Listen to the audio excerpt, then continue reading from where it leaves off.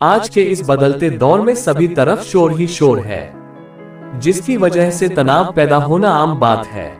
ऐसे में अगर आप हर रोज मौन रखने की कोशिश करते हैं तो इससे आपके तनाव लाने वाले हार्मोन्स के लेवल में कमी आती है, जिससे आपका दिमाग शांत रहता है और गुस्सा नियंत्रित रहता है। सभी व्यक्ति को इस बात की जानकारी होनी चाहिए कि किन मौकों पर बोलना चाहिए और कहां शांत रहना चाहिए, और शांत रहने से हमारे अंदर क्या बदलाव आ सकता है। यदि आपको यह वीडियो पसंद आए तो वीडियो को लाइक और शेयर कीजिएगा, और चैनल पर नए हैं तो सब्सक्राइब जरूर कर लें। तो चलिए दोस्तों, वीडियो शुरू करते हैं। अगर आप इन 8 मौकों पर चुप रह गए तो आप जो चाहेंगे वही आपको मिल जाएगा और आपके जीवन में बदलाव शुरू हो जाएंगे। पहला अवसर है बिना तथ्य के ना बोले। जब आपके पास कोई तथ्य नहीं हो तो चुप रहने में ही भलाई है।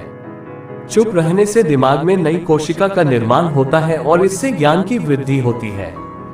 बोलने में भलाई वही है जहां किसी चीज के बारे में पूरी जानकारी हो। अगर आप बिना तथ्य के कहीं पर भी बेवजह बोलते हैं तो आपका मजाक बनता है, साथ ही आप पर से लोगों का भरोसा ही उठता है।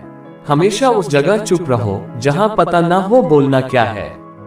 दूसरा मौका है शब्दों से ना पहुंचे ठेस। अगर आपके शब्द किसी को ठेस पहुंचा रहे हैं तो चुप रहना चाहिए।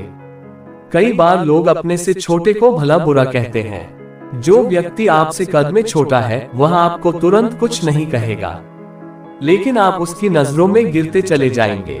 यदि वह व्यक्ति आने वाले समय में आपसे कद में बड़ा हो जाता है तो वह भी आपके साथ वही व्यवहार करेगा जो आप उसके साथ कर रहे हैं।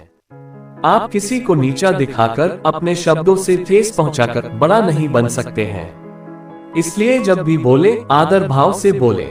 आपकी बातें लोगों को अच्छी लगेंगी और अच्छे शब्दों का प्रयोग करने से मान सम्मान बढ़ता है। तीसरा अवसर है क्रोध या घृणा करने वालों के सामने चुप रहो। जब आप पर कोई अपना या सगा संबंधी क्रोध कर रहा हो, अपमान कर रहा हो, तो वहां चुप रहना चाहिए ताकि सामने वाले का क्रोध पूरी तरह से शांत हो जाए। यदि आप गलत नहीं हैं तो माफी ना मांगे और चुप रहकर मौके का इंतजार करें। जब उसका गुस्सा शांत होगा और अपनी गलती का एहसास होगा, वो खुद माफी मांग लेगा। अगर आपका कोई अपना या सगा संबंधी आप पर क्रोध कर रहा है तो उस समय चुप रहना उसका सम्मान करना होता है। ना इससे कोई बड़ा होता है और ना ही छोटा होता है। क्रोध करने से रिश्ते खराब होते हैं, इसलिए उस वक्त चुप रहना ही बेहतर होता है। अगर आपको गुस्सा आ रहा है तो आपको अपने दिमाग को नियंत्रण करना चाहिए या वहां से हटने का प्रयास करना चाहिए। अगर आप वहां से हट जाते हैं तो कुछ वक्त बाद आपका दिमाग शांत हो जाएगा और आप सही गलत पर विचार कर सकेंगे। चौथा अवसर है दूसरे के मुद्दे में चुप रहें। अगर आपका किसी मुद्दे से कोई लेना देना ना हो, वहां आपका चुप रहना ही बेहतर होता है। बिना किसी वजह आप किसी दूसरे के मुद्दे में बोलेंगे तो इससे आपको केवल नुकसान ही नुकसान होगा। अगर 2 लोगों में झगड़ा हो रहा हो तो उसमें अपनी टांग ना अड़ाएं। जब सामने वाला आपसे सलाह मांगे तभी कुछ बोले। किसी व्यक्ति की निजी जिंदगी में दखल अंदाजी नहीं देनी चाहिए जब तक वह आदमी आपको नहीं बुलाता है। दूसरे के झगड़े को शांत कराने के लिए कुछ लोग कूद पड़ते हैं, इससे उनके मान सम्मान पर लोग उंगली उठाने लगते हैं। पांचवा अवसर है जब कोई कर रहा हो तीसरे व्यक्ति की बुराई। जब कोई व्यक्ति आपके सामने तीसरे व्यक्ति की बुराई कर रहा हो तो आपको चुप रहकर सिर्फ सुनना चाहिए और अपनी राय व्यक्त नहीं करनी चाहिए, क्योंकि आज जो आपके सामने किसी तीसरे की बुराई कर रहा है वह कल किसी के सामने आपकी भी बुराई कर सकता है।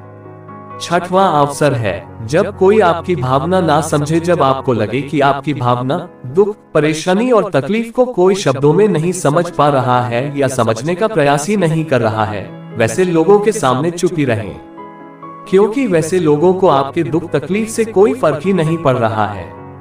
ऐसे लोगों को अपने मन की बात बताकर आप बाद में पछतावा ही करेंगे।